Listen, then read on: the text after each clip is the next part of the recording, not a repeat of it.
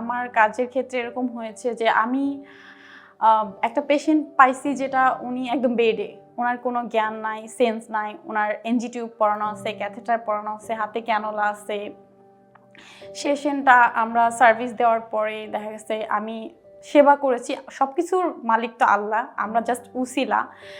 তো আমি সেবা দেওয়ার পরে দেখা গেছে যে এক পর্যায়ে সেই পেশেন্টটাই কিছু মাস যাওয়ার পর সে এক পর্যায়ে নিজে হাতে খেতে পারতেছে, নিজে হাঁটাচলাও করতেছে। আমার এরকমও হয়েছে যে আমি সেই পেশেন্টটাকে যখন লাস্ট অ্যাডভান্স কেয়ারের সার্ভিস দিছি, তারপর হচ্ছে উনি সুস্থ হওয়ার পর ডে বাই ডে যখন উনি আস্তে আস্তে ইমপ্রুভ হয়েছে, সুস্থ হয়েছে, নিজে হাঁটাচলা করছে, নিজে খেতে পারতেছে, তখন জেনারেল কেয়ার, অ্যাটেন্ডেন্ট কেয়ার পর্যন্ত হচ্ছে আমাদের থেকে, মানে এই সিসিএল থেকে ওনারা সার্ভিসগুলো নিয়েছে।